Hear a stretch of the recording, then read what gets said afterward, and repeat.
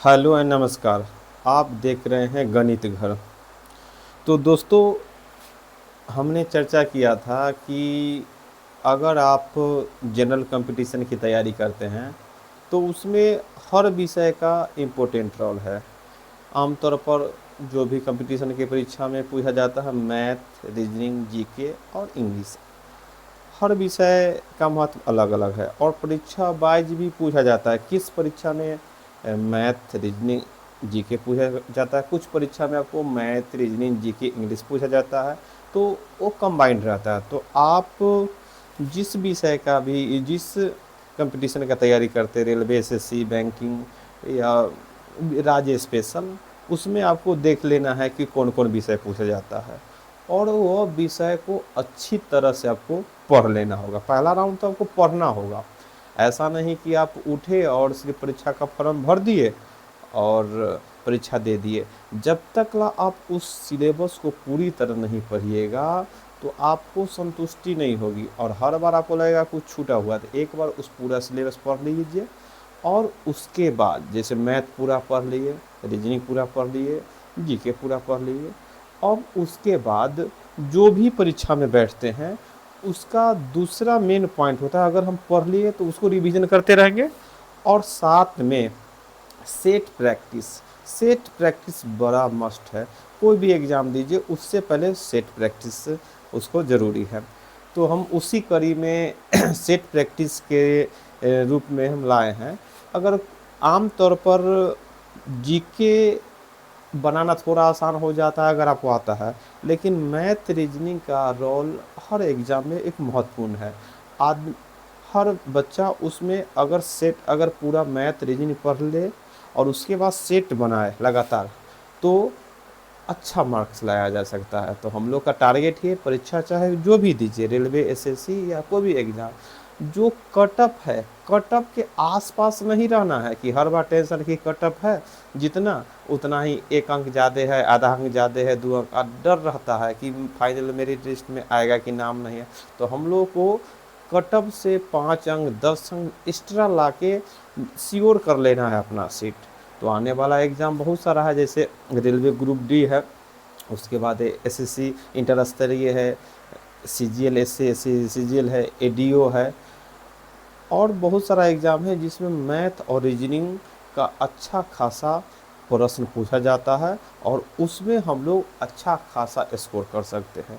उसी कड़ी में आज से प्रत्येक दिन हम लोग मैथ और रीजनिंग का प्रीवियस ईयर क्वेश्चन देखेंगे। ऐसे तो अगर कोई बच्चा रेलवे का तैयारी करता है तो उसका टारगेट रहता है सिर्फ रेलवे का बना है। जो मान लीजिए एसएससी इंटर स्तरीय तैयारी किया तो उसका टारगेट रहता है कि एसएससी इंटर स्तरीय ही बना है। सीजीएल तो सीजीएल का बना है, एमटीएस तो एमटीएस का बना है, जो भी है बना है, एडीओ तो एडीओ। लेकिन आपको पहले एक बात जान लेना होगा कि अगर आप तैयारी जनरल कंपटीशन का करते हैं, अगर मैथ ग्रुप डी में पूछा, एनटीपीसी में पूछा, टीटी में पूछा, टेक्नीशियन में पूछा, एसएससी में, एमटीएस में पूछा, एससीएल में पूछा, उसके बाद सीपीओ में पूछा, सीजीएल में पूछा, एडीओ में पूछा, टीआरई में पूछा, मैथ कहाँ भी पूछेगा, कभी भी पूछेगा, अगर हम सिलेबस पढ़ लेते हैं तो हर मैथ एक जैसा है। किसी का मैथ थोड़ा सा कैलकुलेशन बड़ा तो थोड़ा कम, लेकिन मैथ मिस मैथ अगर आप ग्रुप डी का बना लेते हैं तो श्योर है कि सीजीएल भी बनेगा। जो सीजीएल का बना लेगा श्योर है सी आपको एमटीएस का बनेगा। एमटीएस का बना लेते हैं वो श्योर है एडीओ का बनेगा। एडीओ का जो बना लिया वो श्योर है कि टीआरई बनेगा। तो हमको पहले नंबर समझ लेना है, मैथ हो या रीजनिंग, अगर एक कोई भी परीक्षा का बना लेते हैं मैथ, रीजनिंग, तो बाकी हर परीक्षा का बनना चाहिए। अगर आप सिर्फ एक परीक्षा, मान लीजिए ग्रुप डी का बना लिए मैथ और रीजनिंग, और दूसरा एग्ज़ाम का मैथ, रीजनिंग नहीं बनता था, इसका अर्थ है कि तैयारी में थोड़ी चूक हुई है, कुछ और मेहनत करने की ज़रूरत है। क्योंकि मैथ पर कभी ना कोई मैथ पर या रीजनिंग पर लिखा जाता है कि ग्रुप डी का मैथ है, ये भाई एनटीपीसी का मैथ है, ये टीटी का मैथ है, ये एमटीएस का मैथ है, ये सीजीएल का मैथ है, ये टीआरई का मैथ। रीजनिंग भी, रीजनिंग मतलब रीजनिंग, कोई परीक्षा में आ सकता है, वो आपसे बनना चाहिए।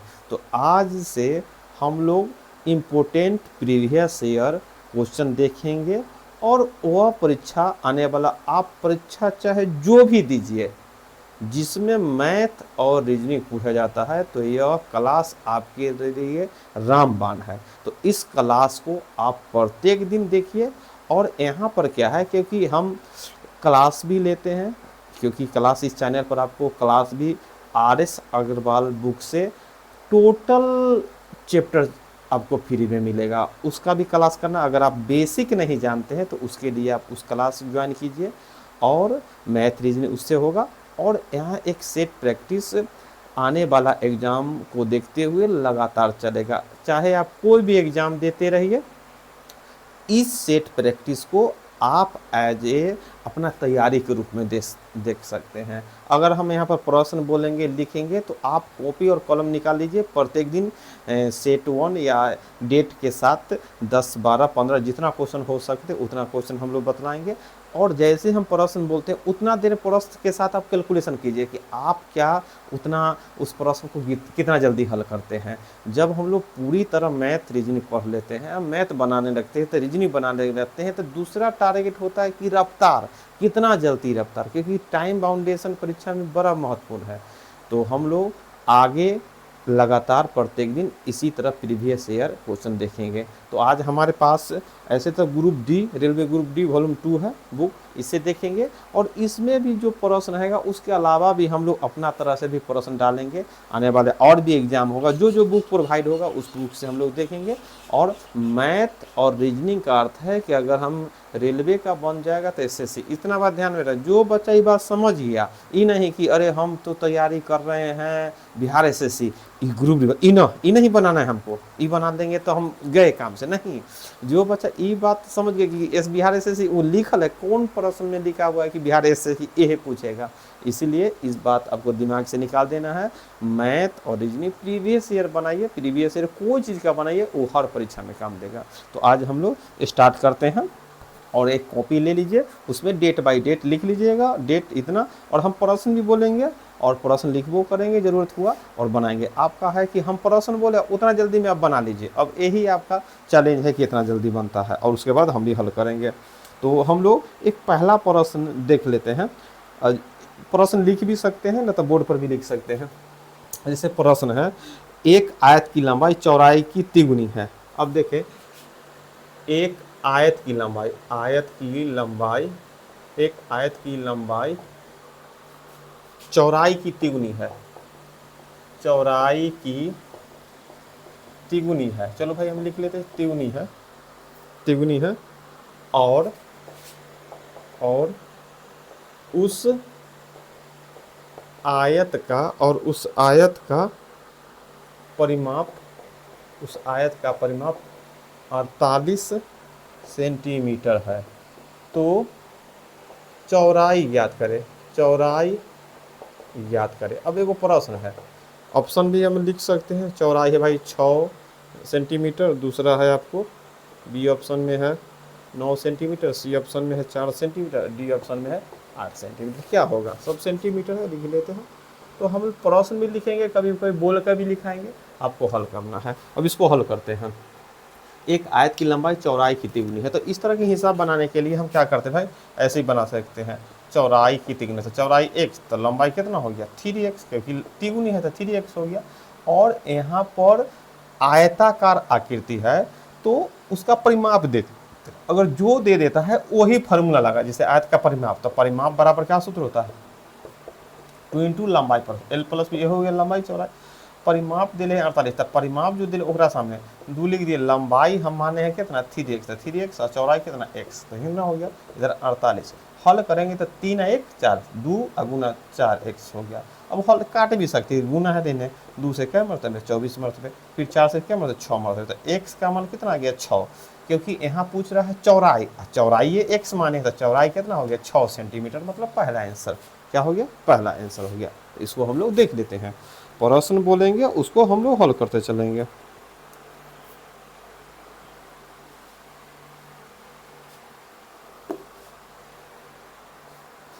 अगला प्रश्न हम लोग देखते हैं।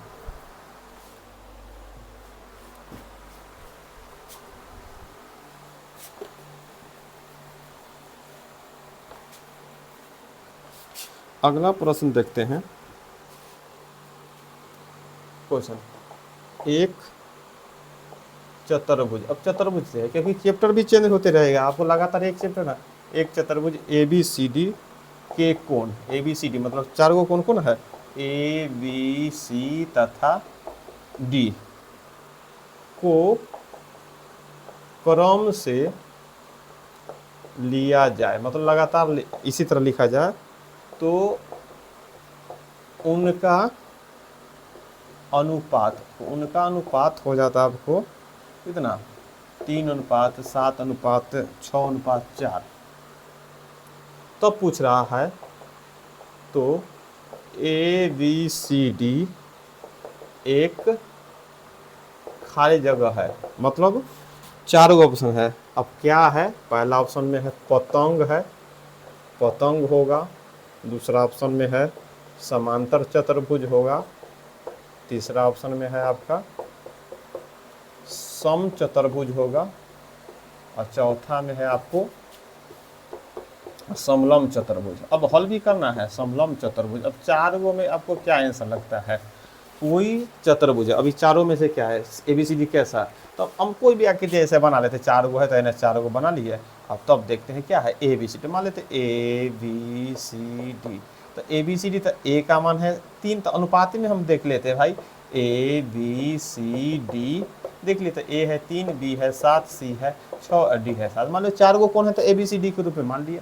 ऐसे चतुर्भुज में चारों कोण बराबर क्या डिग्री 360 होता है, लेकिन यहाँ अगर अनुपात में देखते हैं तो कितना हो गया, 7 3 10 और 6 7 10 10 20 हो गया, तो एक अनुपात बराबर कितना हो गया 360/20, क्या मरतबे 18 मरतबे। तो हम यहाँ पर एक बराबर 18, इससे हम लिख सकते हैं कि भाई ए नंबर का कौन 3 अनुपात में, तो 18 3 54, बी नंबर कौन 18 7 कितना होता है 126, मान लो यहाँ बाहर लिख दिए, मतलब एक वैल्यू निकाल दिए, एक मान कितना होगा 18 6 108, ये क्या हो गया 18 चौक 72। अब बोलता है इसमें कौन होगा, तो पतंग है, तो पतंग तो होगा नहीं। समांतर चतुर्भुज होता है जब ऐसा है समांतर आमने सामने, मतलब ई कोण और ई कोण क्या हो जाए जोड़ के 180 पुर जाए तो समांतर चतुर्भुज होता है। सम चतुर्भुज में तो सब भुजा बराबर हो लेकिन कोण बराबर न हो, ऐसा लिखता है, लेकिन यहाँ पर उस तरह के नहीं।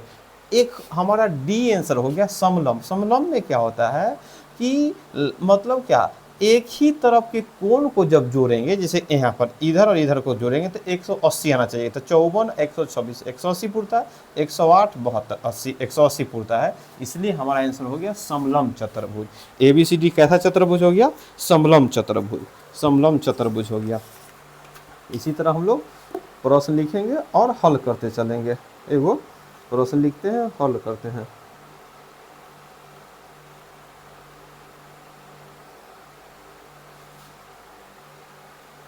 अब वो प्रश्न अब आगे है, P प्रश्न लिखते हैं, इसको हल करते हैं। P बाएं सिरे से एगो अगला, P बाएं सिरे से 32वां स्थान, देखो P बाएं सिरे से 32वां स्थान अथवा दाएं सिरे से 37वां स्थान पर बैठा है। मतलब P नाम का आदमी एगो पंक्ति है, तो पंक्ति में जब गिनते हैं बाएं से 32 और दाहिने से 47, तो पंक्ति में कुल कितने व्यक्ति है, पंक्ति में कुल कितने व्यक्ति। अब देखो यहाँ पर थोड़ा लिखते तो बोलते हैं, उससे भी हम लिख सकते हैं और स्पीड से बनाते हैं। P अगर कोई लाइन ऐसे लाइन है भाई, उस लाइन में P कहूँ बैठा हुआ, P बाएं से गिनते हैं तब 32वां और दाहिने से गिनते हैं तो वही आदमी 37वां पुर जाता है। तो इसमें कुल कितना था, देखो कुल निकालने के लिए क्या होता है, बाएं दाएं दोनों जोड़ना है, मतलब फार्मूला होता है a + b -1। तो अब बाएं से 32 और दाएं से 47 दोनों जोड़ कर 1 घटा दिए, तब ना यहाँ पर जोड़ते हैं 7 और 2 9, अब 4 3 7, 1 घटेगा, मतलब उस पंक्ति में 78 आदमी है। क्या है, उस पंक्ति में 78 आदमी है। इस तरह के हिसाब बना सकते हैं ना। तो देखो अब एगो चेक कर लेते हैं, मान लो अपना मन से मानते हैं, इतना आदमी है, हम बोलते हैं एक पंक्ति है और एक आदमी बाएं से चौथा, मान लो इधर से 1 2 3 4 चौथा पोजीशन है, और ओहे आदमी को दाहिने गिनने से दाहिने तरफ से गिनते 1 2 3 तीसरा पोजीशन है। तो बताओ उस पंक्ति में कितना, तो अगर 4 और 3 जोड़ देते तो 7 पूरता है, लेकिन पंक्ति में 1 2 3 4 5 6 आदमी ना है। तो ये फॉर्मूला हो गया कि बाएं सिरे से कैमा स्थान, एक ही जगह के बारे में बाएं सिरे से चौथा और दाहिने सिरे से तीसरा स्थान है, वो दोनों को जोड़ दिए, 1 घटा दिए, तो यह 4 + 3 -1, तो 7 में से 1 गया 6 हो गया। तो वही प्रश्न हो गया। कोई व्यक्ति के बारे में पूछेगा कि उस पंक्ति में कुल कितने आदमी होंगे, तो पहले देख लेंगे कि एक ही व्यक्ति का बाएं सिरे से, बायां हाथ बायां सिरा दाहिना, देखो यहाँ पर दाहिना हाथ दायां बायां हाथ बायां ऐसे है। चलो आगे हम लोग देखते हैं।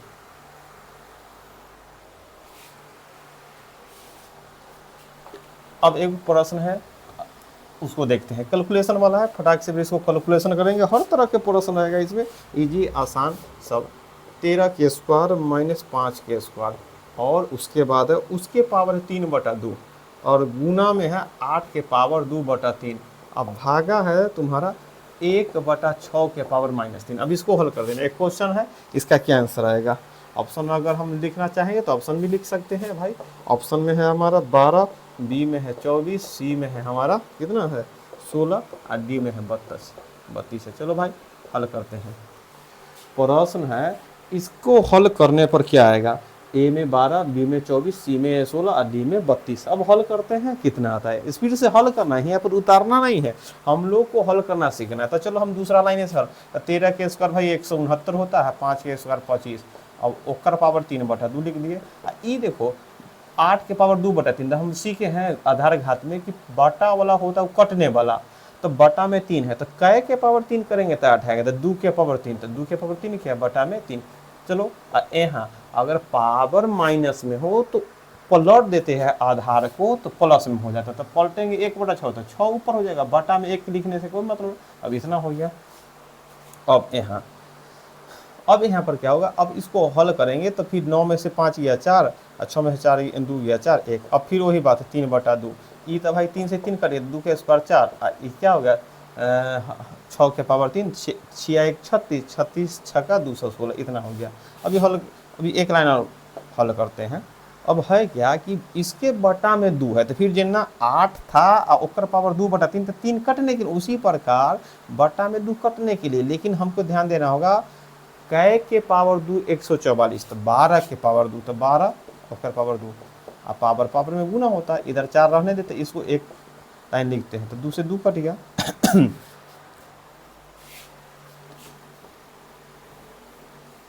अब हम लोग क्या करेंगे, 12 के पावर 3 कितना होता है भाई, 12 के पावर नहीं आता है, कोई 12 गुने 12 इतना तो लिख ही सकता है। चलो भाई नहीं आता है, अब भाग है तो बटा ना हो जाएगा। चलो भाई तो काटो, 12 से 12 इकाई 12 उतरा 9, 12 8 96, फिर काटो 6 3 18 और 6 दूना 12, फिर क्या है 3 से 3 चौका 12, ये हो गया। तो हल करते हैं, तो 4 चौका 16, 16 दूना 32, तो आ गया 32, हल करने पर 32, आंसर हो गया 32। हम लोग इसको आसानी से हल कर सकते हैं। इसको उतारना है और हल करना है, इसको उतारना है और हल करना है।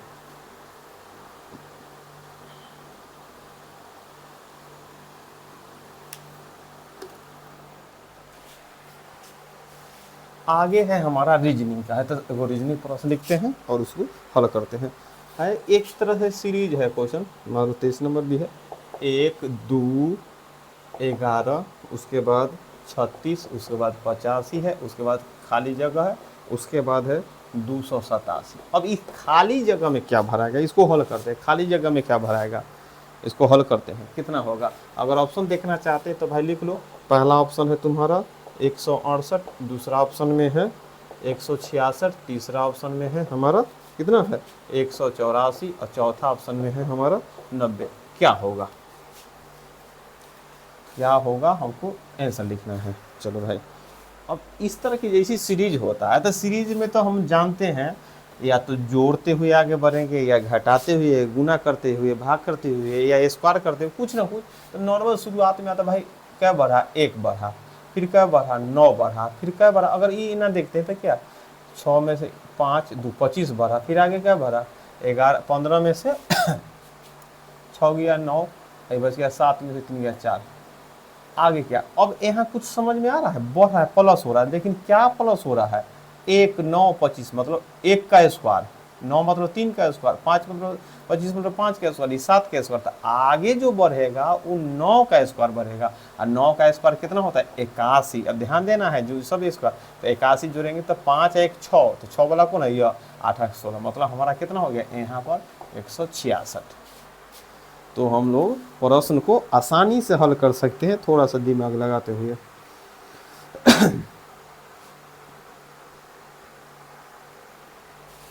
आगे प्रश्न लिखते हैं। प्रश्न है 45 किलोमीटर प्रति घंटा, एक प्रश्न है 45 किलोमीटर प्रति घंटा की चाल से चल रही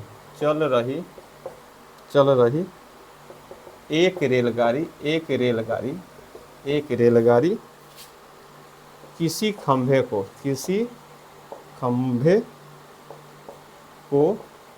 24 सेकेंड में पार करती है। तो रेलगाड़ी की लंबाई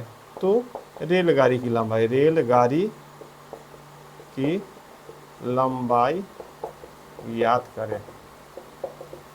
एक रेलगाड़ी का रफ्तार है कितना 45 किलोमीटर पर। मान लो कोई एक खंभा है और रेलगाड़ी यहाँ से जा रहा है, ये रेलगाड़ी है, तो रेलगाड़ी कोई खंभा को पार करता है, क्या रेलगाड़ी पार कर गया? नहीं पार किया। क्या रेलगाड़ी पार किया? नहीं, रेलगाड़ी पार। अब रेलगाड़ी उसी शर्त पर पार करेगा जब खंभा को, जब रेलगाड़ी खुद के लंबाई को पार करेगा, तो खुद के लंबाई ही खंभा को पार करना था, यही बोलता है रेलगाड़ी की लंबाई। तो रेलगाड़ी अपन लंबाई एक तरह से कितना 24 सेकंड में पार कर दिया, तो वही तो रेलगाड़ी की लंबाई निकलना। तो लंबाई बराबर क्या होता है, लंबाई मतलब दूरी, रेलगाड़ी में लंबाई मतलब रेलगाड़ी की दूरी, तो दूरी बराबर क्या होता है 4 गुना समय। तो एक बात ध्यान देना, जब हम लोग चाल और समय चैप्टर देखे हैं तो चाल तो हमारा है किलोमीटर प्रति घंटा और समय है सेकेंड में, क्या है सेकेंड में।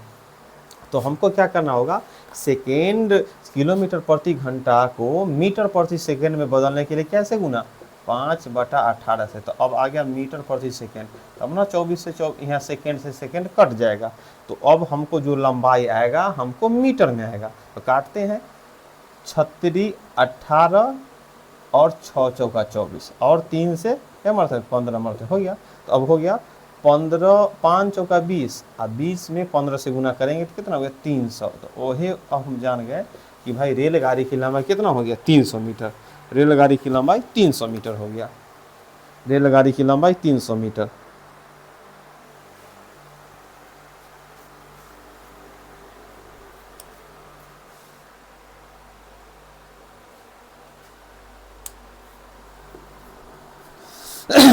तो चलिए आज इतना ही, आज पहला दिन है तो आज थोड़ा सा सेट प्रैक्टिस में इतना ही।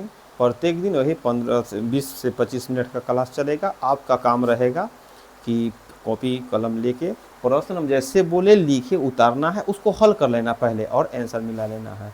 इससे हमको अगर ये क्लास लगातार हम लोग देखते हैं तो आने वाला एग्ज़ाम जो भी रहेगा उसमें आपको कट ऑफ से बहुत ज़्यादा अंक आने की संभावना है और इससे आपका आत्मसम्मान भी बढ़ेगा। तो रिजल्ट लाना है तो हम लोग को पर मतलब क्या फाइनल रिजल्ट की तरफ बढ़ना है। बहुत हो गया कट ऑफ से एक अंक आधा अंक पीछे छूट गया, नहीं आया।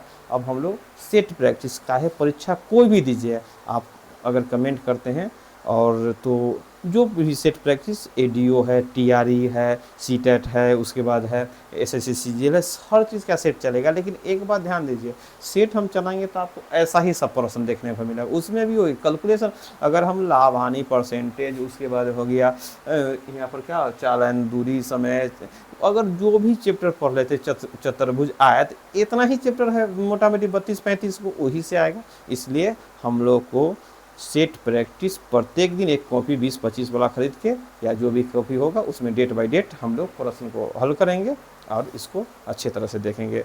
तो जो भी बच्चा है सेट इसको देखना है। और अगर आपका बेसिक कमज़ोर है तो आप जो मेन मैथ चल रहा है RS अग्रवाल का मैथ है जो, उसको देख लेना, क्योंकि उसमें परसेंटेज चैप्टर भी चल रहा है। तो इसी के साथ चैनल को सब्सक्राइब कर देना है, और क्या करना है कि अपने दोस्तों के पास इसको भेजना है, शेयर करना है, लाइक करना है, कमेंट करिए। अगर इससे टीचर का उत्साह बढ़ता है, और इससे और एनर्जी के साथ हम आपके लिए, आपके भविष्य के लिए, आपके पढ़ाई के लिए और हम मेहनत करें, और आप तो मेहनत करते ही हैं। तो इसके साथ धन्यवाद, नमस्कार।